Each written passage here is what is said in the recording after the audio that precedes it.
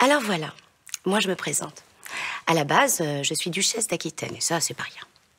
L'Aquitaine, ça va des Pyrénées à la Loire, de l'Atlantique à l'Auvergne, de Bordeaux à Poitiers, de la Gascogne au Poitou. Pratiquement un quart du royaume, en gros morceaux, quoi. Et là, je crois qu'il faut que je fasse une petite parenthèse pour que vous compreniez bien les choses. En fait, le royaume des Francs, ça n'appartient pas du tout au roi. Non, non, non, non, non, non, non. Ce sont surtout des duchés et des comtés autonomes. Bon, alors évidemment, on rend tous hommage au roi, qui est sacré, tout ça. Mais c'est surtout symbolique, en fait. Alors, il y a les grands-duchés de Bretagne, de Normandie et d'Aquitaine, le comté de Toulouse et celui d'Anjou. Ça, c'est le pays des rouquins, les Plantagenets. Ensuite, plus directement sous l'influence du roi, il y a les autres petits comtés, la Bourgogne et la Champagne, et les comtés de Blois, de Flandre, etc., etc. Et enfin, il y a les possessions personnelles du roi. Et ça, en gros, c'est Paris et ses alentours, Bourges, Orléans. Enfin bref, pas grand-chose, quoi. À peine de quoi trôner, se faire sacrer et partir un peu en vacances. Et chacun de ces grands ensembles est à son tour divisé en plus petits domaines tenus par des vassaux.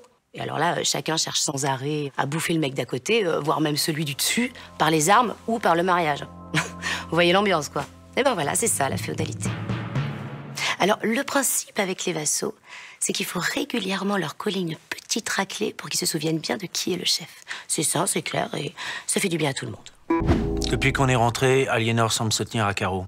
Et c'est moi qui prends les choses en main. Notamment gérer la situation avec les Plantagenets. Là, les rouquins qui passent leur temps à piquer des colères noires. Le vieux Geoffroy Plantagenet, depuis qu'il a épousé la fille du roi d'Angleterre, il se sent plus pété. Parce que du coup, il a aussi récupéré le duché de Normandie qu'il a refilé à son fils. Bah oui, rapport à Guillaume le Conquérant, tout ça. Vous voyez de quoi je parle, là? Bon, vous vous renseignerez. Bien. Alors, le jeune Henri Plantagenet, avec l'héritage qui se traîne, il devient super dangereux. Et toute la famille se rebelle. Ils refusent de me rendre hommage. Mais ils vont vite faire connaissance avec le nouveau Louis. Je m'en vais les calmer, moi, les rouquins. Je ne supporte plus, le Louis. Il me sort par les yeux avec son menton tout lisse, hein. Moi, je veux un mec, un vrai, quoi, hein, que je peux contrôler. Alors stop, c'est marre. Je me casse. Merci pour ce moment, tout ça, mais alors là, vraiment, j'en peux plus. Donc, j'ai demandé l'annulation du mariage. Même si officiellement, on va dire que c'est lui qui m'a répudiée, hein, histoire que les gens se foutent pas trop de sa gueule. Et puis moi, je reprends mon Aquitaine et ciao, bon vent.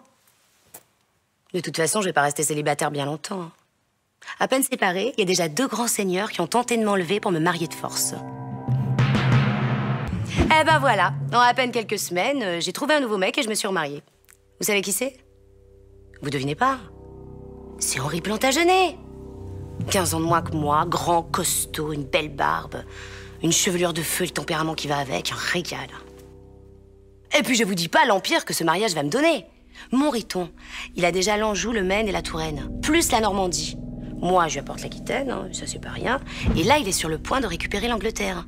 Et donc du coup, je redeviens reine. Ajoutez à ça la Bretagne et l'Écosse qu'on va pas tarder à envahir, hein, ça c'est dans les tuyaux. Vous avez pratiquement toute la façade atlantique. Oh, le pauvre loulou, il a pas fini de s'en mordre les couilles.